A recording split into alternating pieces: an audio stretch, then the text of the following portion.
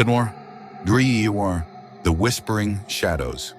There's an urban legend in Raven Creek, Maine, about the old Carpenter house, a mansion left to rot after its last owners vanished 50 years ago. Local kids dare each other to peek through its shattered windows, claiming to hear faint whispers calling their names. But none of them ever step inside. Not until Jamie. Jamie was a skeptic. He'd heard all the ghost stories about the Carpenter house, and none of it fazed him. As a new college graduate with a passion for urban exploration, the decaying mansion seemed like the perfect place to kick off his video series on abandoned places. Armed with a flashlight, a camera, and a heavy dose of arrogance, Jamie arrived just as the sun set, ready to debunk the myth. The house loomed in the twilight, its broken shutters swaying in the cold breeze. Vines strangled the facade, and the roof sagged as if it were about to collapse. Jamie stepped inside, the floorboards groaning beneath his weight. "All right, Carpenter house," Jamie muttered to himself. "Show me your worst." The air inside was damp and heavy. A faint, sour smell clung to the walls, like mold and something older. As Jamie panned his camera around the grand foyer, he caught his first glimpse of the whispers people had talked about. It wasn't a sound at first, it was movement.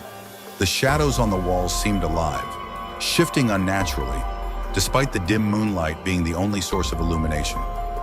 He laughed nervously and chalked it up to his flashlight beam playing tricks on him. But then, he heard it, a faint whisper, his name, Jamie.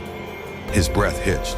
He turned toward the sound, but there was nothing there, just a long hallway leading deeper into the house. He shook his head. "It's just the wind," he muttered, trying to convince himself as he pressed forward. Room after room, he filmed crumbling furniture, peeling wallpaper, and shattered glass. The whispers followed him, growing louder. They weren't just calling his name anymore. They were speaking, fragmented words, half sentences. "Why did you come here? Turn back. You're too late." The shadows moved more violently now, stretching and twisting along the walls, pooling together in corners like they were alive. Jamie's pulse quickened, but he kept going. He found the master bedroom at the end of the hall. It was the only room untouched by decay. The bed was perfectly made, the curtains pristine, and a faint smell of lavender lingered in the air. On the nightstand was a single photograph. Jamie's stomach dropped as he picked it up. It was him. In the picture, he was standing in this very room, staring at the camera with a blank expression.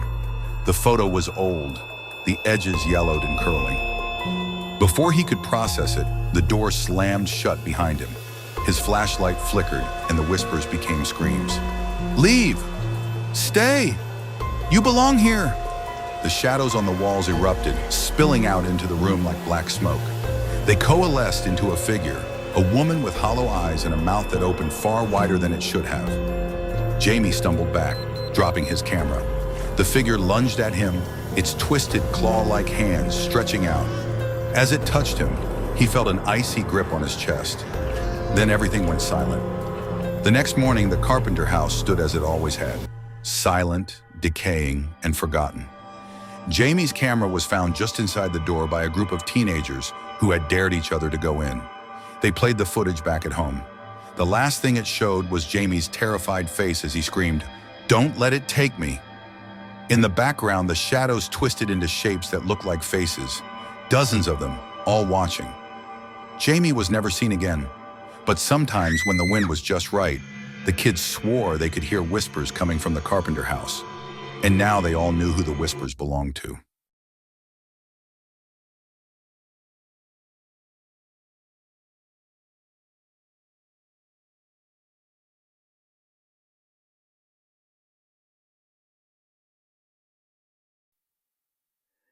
Eyes watching.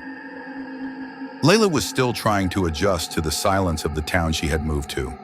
Far from the bustling city, this old house on the edge of the forest seemed like a chance to escape. But ever since she moved in, her nights had been restless. Even the wind-brushing tree branches against the windows felt like a strange threat. It was her third night. Past midnight, the house had fallen into a deathly silence. Lila was in the kitchen, sipping her last cup of coffee, planning to head to bed, But then, she noticed a strange reflection in the kitchen window. At first, she thought it was just her own movement, but when she looked closer, a pair of eyes was staring at her. The eyes quickly disappeared, but the image burned itself into her mind. "Maybe I'm just tired," she whispered, hurriedly pulling the curtains shut and turning off the lights. But the cold, uneasy feeling lingered. She climbed upstairs and lay down in her bed. Picking up her phone, she tried to distract herself by scrolling through social media. Suddenly, her phone screen began to flicker. The image blurred and then went completely black. A few seconds later, a pale face appeared on the screen. Its piercing eyes stared directly at her. Its pale, human-like skin had an otherworldly quality that made it even more unsettling. Lila screamed and threw the phone from her hand, jumping out of bed. The phone hit the floor, its screen going dark, but the face was still vivid in her mind. She tried to turn on her bedside lamp, but the light wouldn't come on. The entire room plunged into darkness. Breathing heavily, she froze as she heard a scratching sound. It was coming from the corner of her room. Her heart raced as she turned toward the noise.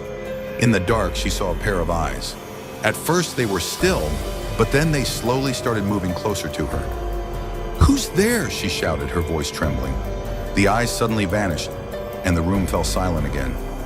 Just as she was beginning to calm herself, she felt a cold breath on the back of her neck. It was sharp, shallow breathing. She didn't want to turn around, but the breaths were unmistakable. Then she heard a whisper. "You're here." She bolted toward the door, racing out of the room. Her bare feet pounded down the hallway and onto the stairs. Reaching the living room, she froze in terror. All the windows were wide open, and the curtains swayed gently in the wind. Yet outside, not a single leaf moved. The house felt wrong, as if it had fallen into the grasp of an unseen watcher. She looked down at her phone on the floor. The screen had turned on again, and the same face reappeared. But now it was much closer. The face whispered, "Don't run. I'm watching you." Suddenly, a pale hand emerged from the phone screen. Its long, bony fingers wrapped around Lila's wrist. She screamed and yanked her hand free, but the phone fell, and she heard the sound of footsteps echoing in the darkness. 1, 2, 3. The heavy, deliberate footsteps grew louder, as if something was approaching to reveal itself. A figure emerged in the hallway, tall, slender, and inhuman. Its head tilted slightly to one side as it stared at her. Slowly, it began walking toward her. Its eyes were far larger than human eyes, and its face was eerily smooth. Lila stood frozen, unable to move. The figure stopped right in front of her, leaning its head closer. In a low, hollow voice, it spoke. "You'll never leave me now." At that moment, everything around Lila went dark. She opened her mouth to scream, but no sound came out. The figure reached for her as all the lights in the house went out. The next morning, an elderly couple passing by noticed that all the windows in the house were wide open and the curtains swayed gently in the still air. But inside there was silence. There was no trace of Lila,